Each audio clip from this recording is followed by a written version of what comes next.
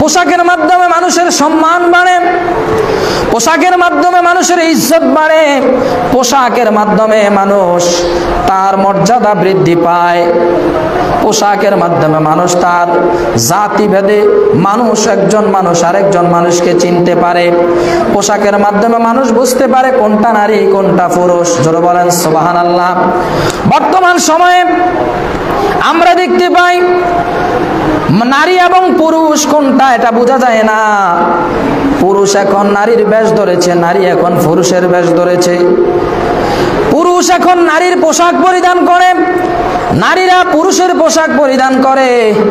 নারী এখন পুরুষ হতে চায়, পুরুষ এখন আবার নারী হতে চায়। বর্তমান সময়ে এমন একটা সময় চলতেছে, এমন একটা অবস্থা যুগ চলতেছে, যেই সময়ে যেই যুগে মানুষগুলো এখন আর তাদের বিবেক বুদ্ধি দিয়ে চলে না। মানুষ এখন